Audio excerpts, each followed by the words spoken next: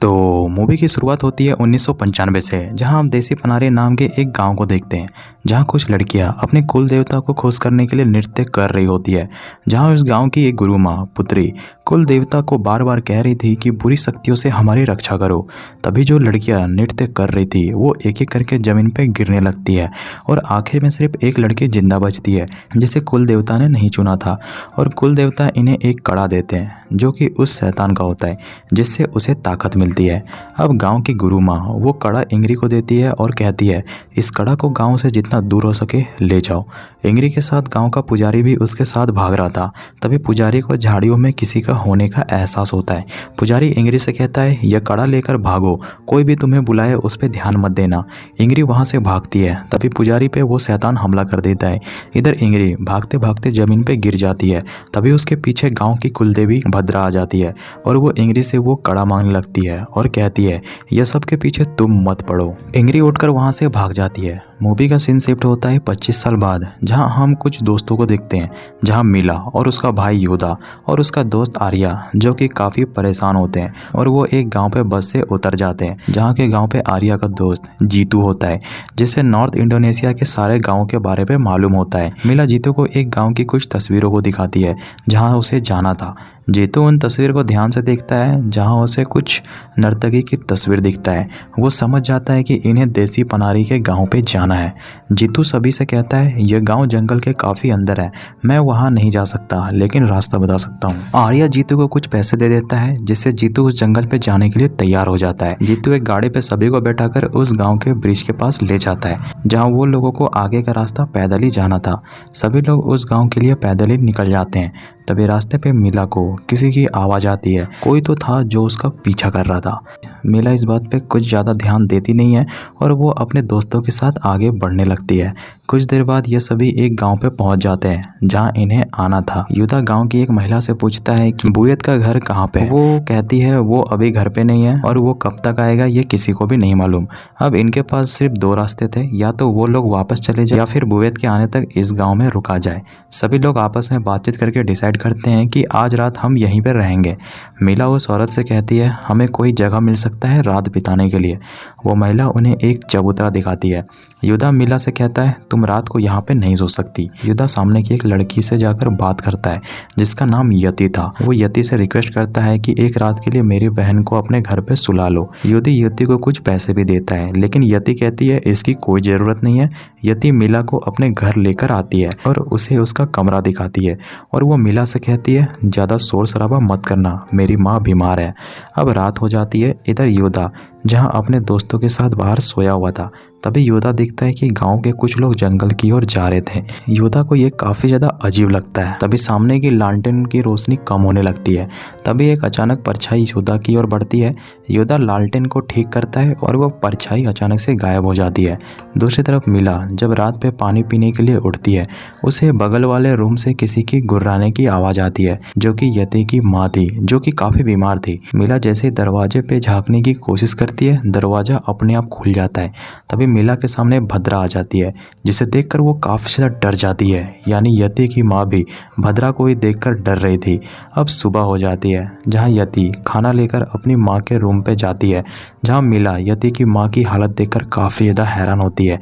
जहाँ यति अपनी माँ को खाना खिलाने की कोशिश कर रही थी, लेकिन उसकी माँ दीवार के एक कोने को देखकर काफ़ी ज़्यादा डर रही थी। मीला यति से पूछती है, तुम्हारी माँ को क्या हुआ है? यति बताती है वो कई सालों से बीमार है और कोई भी डॉक्टर उसका इलाज नहीं कर सकता। मीला यति को बताती है कि तुम्हारी माँ जिस तरह बीमार है वैसे ही मेरी माँ भी बीमार है। कहानी जाती है यहाँ से कुछ साल पहले, जब मीला की माँ काफ़ी ज़्यादा बीमार थी और डॉक्टर भी इस बीमारी का पता नहीं लगा पा रहे थे कि आखिर उन्हें हुआ क्या है। तो मीला एक पुजारी को बुलाती है अपने घर पे। पुजारी मीला को एक गांव की तस्वीर बनाकर देता है और कहता है, तुम्हारी माँ के पास जो कड़ा है जो उसने जावा टावर के इस जंगल से लाई है, तुम्हें वो कड़ा उसके असली मालिक तक पहुंचाना है, तभी तुम्हारी माँ ठीक हो सकती है। अब पुजारी जिस हाल में बता रहा था, लग रहा था कोई अदृश्य चीज़ उससे यह सारी चीज़ें भुलवा रही है। अब हमें यहाँ पे इतना तो मालूम पड़ जाता है कि मीला इंगरी की बेटी है, जिसे हमने मूवी की स्टार्टिंग पे देखा था, जो कड़ा लेकर भाग रही थी। दूसरी तरफ मीला वो सारी तस्वीर यति को दिखाती है और वो कड़ा भी दिखाती है जो वो लौटाने के लिए आई थी। यति उन तस्वीर को ध्यान से देखती है, उसे एक दरवाज़ा दिखता है। यति मीला से कहती है जिस दरवाजे को तुम ढूंढ रही हो उसका नाम है तपसीला, जहाँ जाना सख्त मना है। बेहतर यही होगा कि तुम यहाँ से चली जाओ, बुवेद का आने का इंतजार करो। तभी घर के बाहर मीला का भाई योदा आ जाता है। मीला अपने भाई को बताती है कि हम सही गांव पे आए हैं, लेकिन हमें जिस दरवाजे के पास जाना है वहाँ हमें बुवेद ही ले जा सकता है। तभी आर्या सभी से कहता है हमें अब नहा लेना चाहिए। यति सभी को लेकर गाँव के नहाने वाले जगह पे चली जाती है, लेकिन लड़कों और लड़की के नहाने की जगह अलग अलग थी। यति मीला को लेकर उस जगह पे जाती है जहाँ सिर्फ लड़कियां ही नहाती है।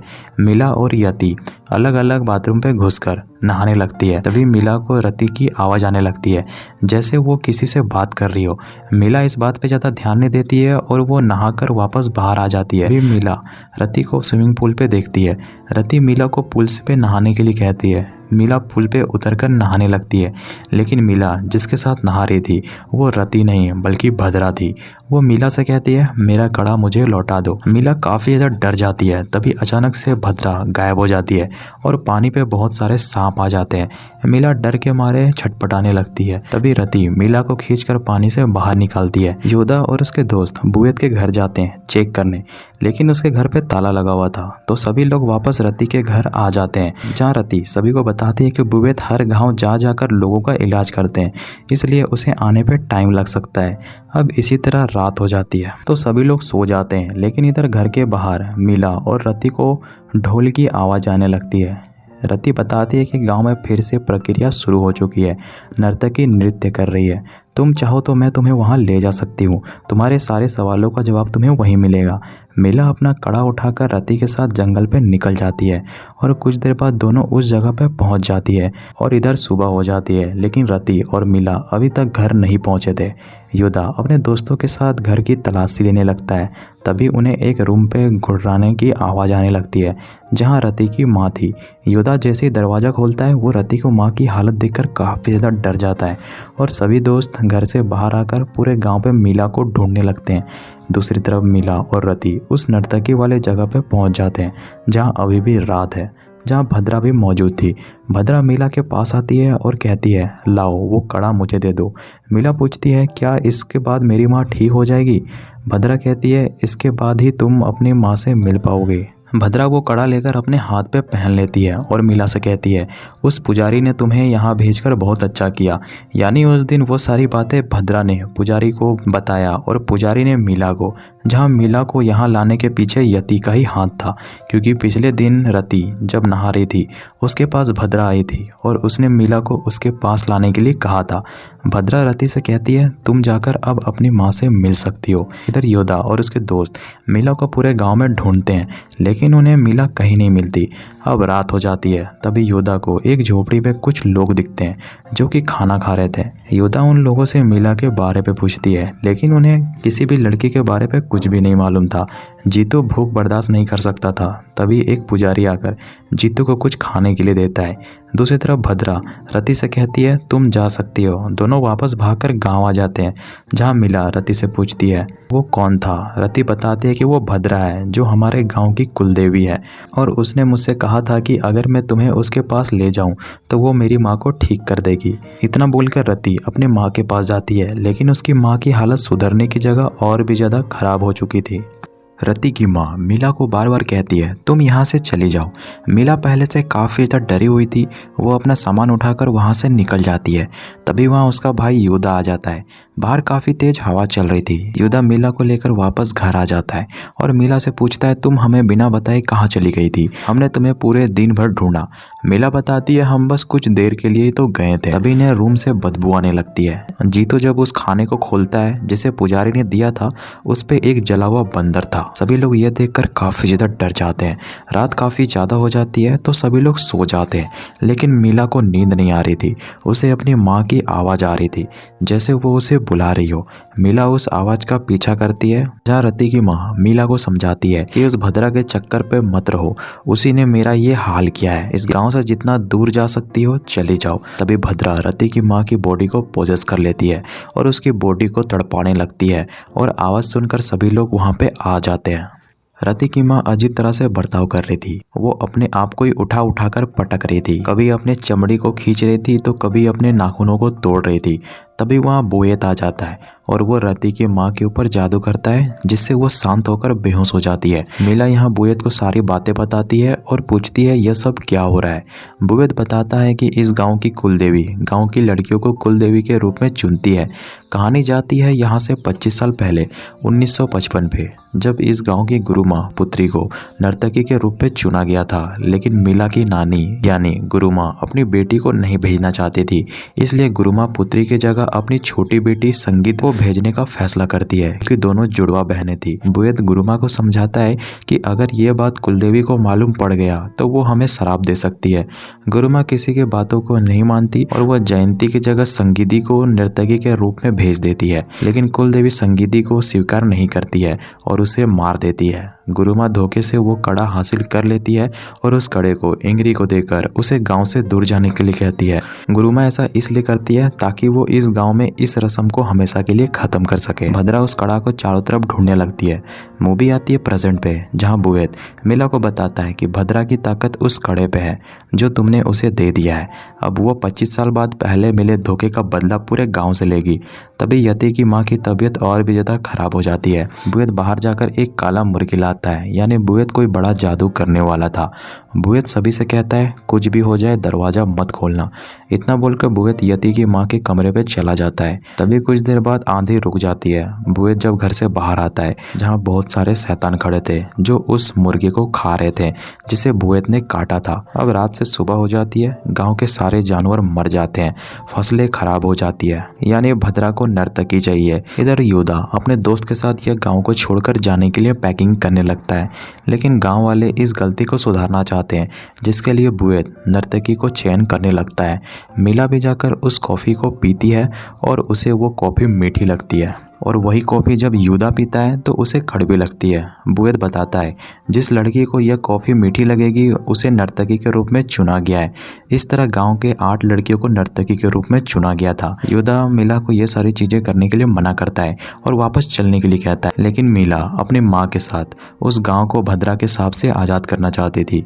वो यूदा की बात नहीं मानती। गाँव की चुनी हुई नर्तकी को शुद्धिकरण करने के बाद उसे रस्म वाली जगह पे ले जाया जाता है, जो कि भद्रा का इलाका था। नर्तकी नृत्य शुरू होता है। सभी लड़कियां पोजेस हो जाती है और सभी नर्तकी भद्रा की दुनिया पे चली जाती है। यति और मीला को जब होश आता है तो वो देखती है कि वो कहीं और ही आ गई है। एक एक करके सभी लड़कियां बेहोश हो रही थी, लेकिन रति और मीला अभी भी नृत्य कर रही थी। इधर भद्रा मीला के पास आती है और कहती है तुम यहीं रुक जाओ अपनी माँ के पास। मीला कहती है मेरी माँ तो घर पे है। तभी मीला बेहोश हो जाती है और वो कुछ ही पल पे दोबारा से पोजेस हो जाती है और नृत्य करने लगती है। बोयत को यह काफी अजीब लगता है कि कुलदेवी ने अभी तक इसे स्वीकार नहीं किया है। वो दोनों के ऊपर सफेद कपड़ा डाल देते हैं, जिससे यति और मीला भद्रा की दुनिया से गायब हो जाती है। बोयत दोनों लड़कियों को उठाकर वापस गांव आ जाता है।